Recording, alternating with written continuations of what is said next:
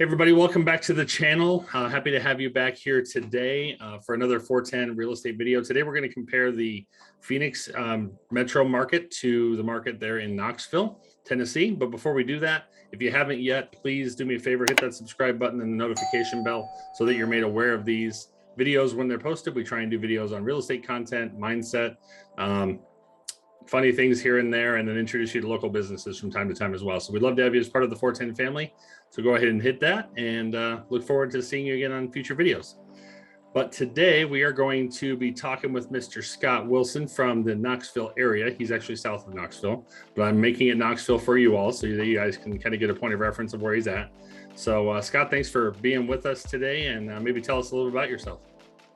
I appreciate it, Jason. Thank you very much. I am a part of the Knoxville MLS. Our office is actually about 35 miles south of Knoxville on I-75. We're kind of on the corridor between Chattanooga and Knoxville.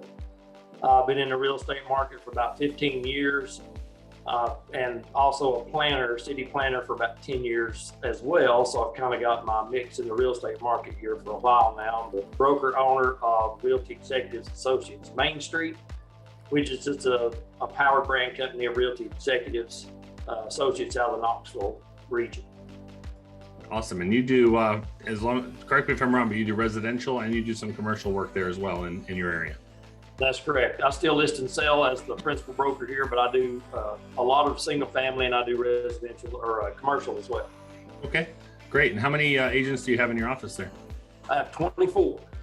24. That's a good size office for being a satellite for sure. 24 in a satellite office. Yeah, the main offices in Knoxville have about 755. So we'll take our little bit and I'll take the 24, but maybe it's not as as sizable as I thought it was. But I'll definitely take the 24. But well, we appreciate you hanging out with us. We've been doing some of these videos with various representatives of different markets, and so it's helpful to give people an idea of what the markets are doing around the country. Is what we're seeing here the same everywhere else? So tell me about your market. Just kind of, is it as challenging as it is here for buyers specifically? How's supply look? Those kinds of things. It's extremely challenging for buyers here just because, again, across the country, buyers are having trouble trying to, get into a house when you've got multiple offer situations and everybody trying to get a bid in to win a certain property in this kind of market where it's just very difficult to do. And they're trying to pull out every avenue that they can to, waive appraisal or waive inspection or anything they can to try to win out in something. And some of these buyers, some of my agents have been working with them for 8-9 months, and they've looked at 30-40 places and have lost on every one of them. And it's just, it's an intense market, and it's that way all over the country. But I think here in Tennessee specifically, we have, no state income tax, very low cost of living, low property tax. We got 4 seasons here, and it's an attractive state to move to, as you have seen and know. There's a lot of people migrating from other parts of the state, and it's made it even more so hard to find something. Yeah, absolutely. And what's crazy about what you just said too is that these buyers that are looking at 20-30 homes and not getting them, they're not coming in low usually. These are people who are trying to be competitive, trying to ride over the asking price, not ask for any concessions, and they're still losing out. It's mind-boggling this last couple of years. They are. The West Knoxville, I typically work West Knoxville south, and especially in that area down, your average days on the market are about 21, and the sold price on the homes just year to date, January to now, is at about 103% of the purchase price. So I mean, everybody is bidding as much as they can to try to win what they can, and it's still, you got a lot of people losing. Are you seeing much distressed inventory or any kind of that sort of thing happening in your area in terms of pre-foreclosure, short sale, any of that, or are we still pretty low like they are here in Phoenix? Pretty low right now. I think that may pick up over the next 12 months, but right now it's still relatively low. Yeah. In Phoenix, everybody's kind of concerned about the quote unquote bubble. And, we saw the Phoenix market was one of the most hard, hit markets in 2008 and 9.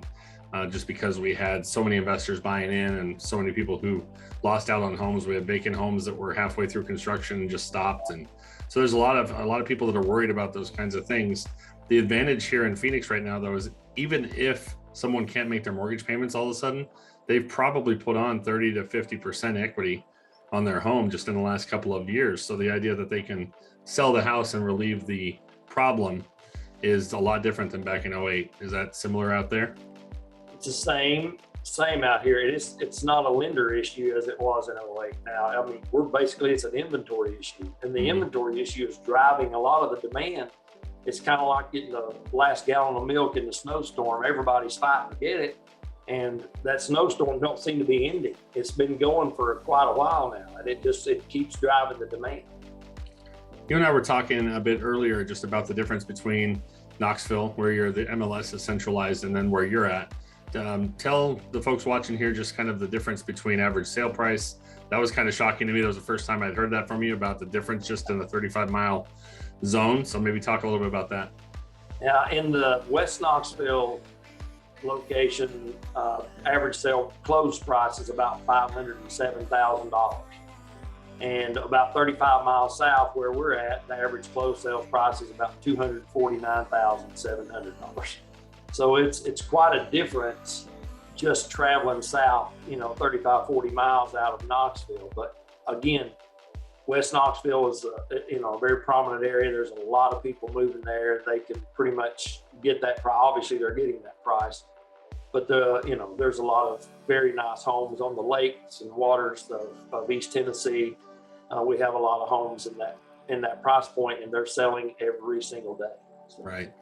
So just because I'm from Arizona and never lived anywhere else, I'm going to ask this question because I think other people might not know. The area that you're in, is it, when I picture it, I picture green and some hills and trees and, like you're saying, lakes and stuff. Is that kind of representative of the Knoxville-ish area where you're at, or is it more city than I think it is?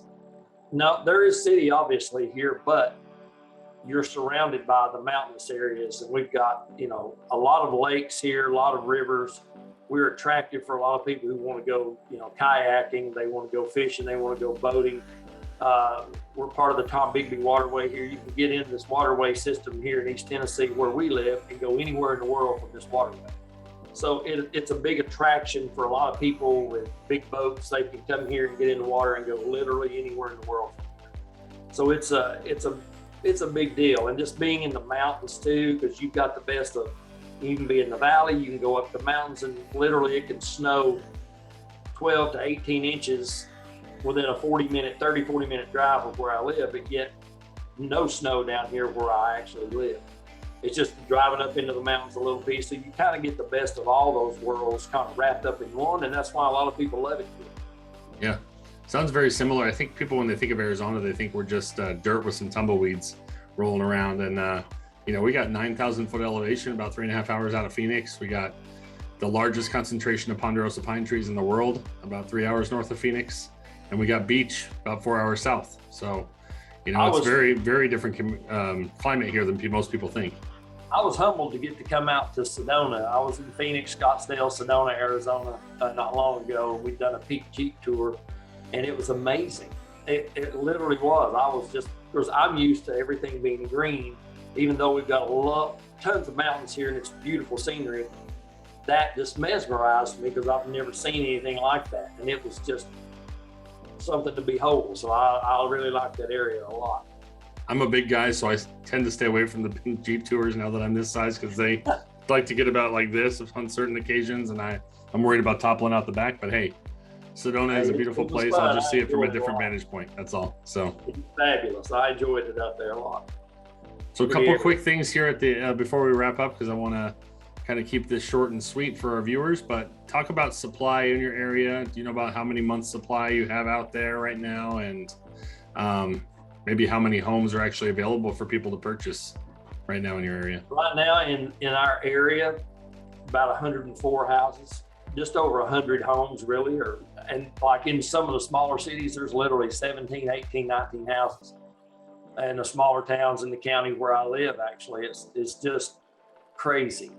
And there's probably been, obviously the demand is there, but 20, 21 days on the market, and we're out here, cold calling, we're out here knocking on doors, sending out flyers, anything to say, if you want to sell your house, this is the time to do it, because there is no inventory, and people are looking every single day, and it's just, that drives this market that much more. Yeah. You talk about the average sale price being in the mid 200s or upper 200s down to where you're at. And it kind of blows my mind, because you're thinking, man, if there's only 18, 19, or even 100 homes on the market, you would think that'd be shooting up. I assume that's just an economic thing, maybe the job market in the area, or the average salaries and stuff. Is that kind of what keeps the prices where they're at? It does. It keeps them, like I said, and depending on the 30-minute drive, that changes drastically. Right. So, depending on if you're more in a rural area over in the mountains, and like I said, on the corridor between the Chattanooga and Knoxville, or you're in one of the bigger cities, it's going to climb just because of that. But, people that are moving here really like the fact that they can live kind of in the area where we're at, about 30 miles south of Knoxville. It takes about a 25-minute drive up to flourishing shopping center and all of that. But yet, they're saying they're moving here from California. A lot of people are, and they're saying it takes us 2 hours to drive 5 blocks, and we can drive 30 minutes, and we're in this big city, but yet we can come back to the country. We can spread out. We can get their money goes so much further here with, again, no state income tax, lower cost of living.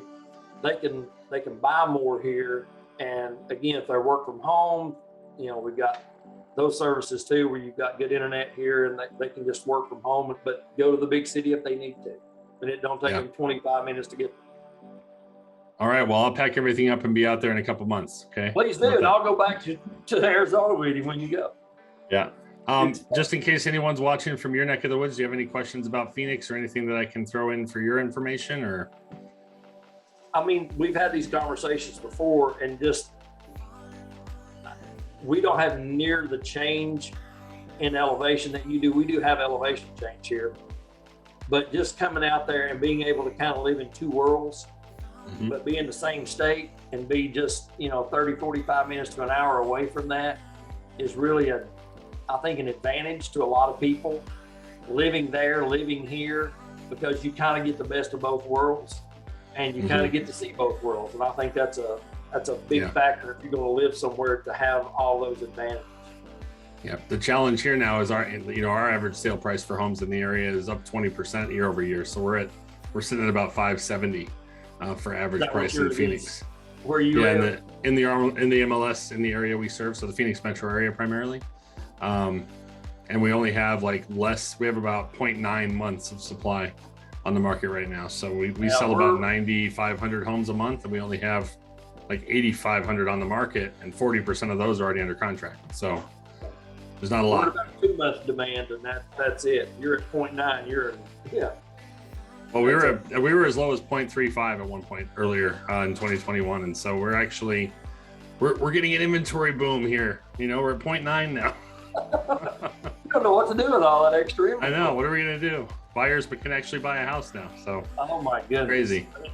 Again, it's a beautiful place. That's why people are moving there. Absolutely. Well, I appreciate you hanging out with us, Scott, telling us a little bit about Knoxville. We'll put your contact information down in the description of the video, just in case anyone happens to be looking at Tennessee as an option for relocation. Yeah, absolutely. But we appreciate you guys watching the video. I hope it was helpful. If it was, do me a favor, hit the share button, tell a friend so that they can learn about the Knoxville area and Scott and his team.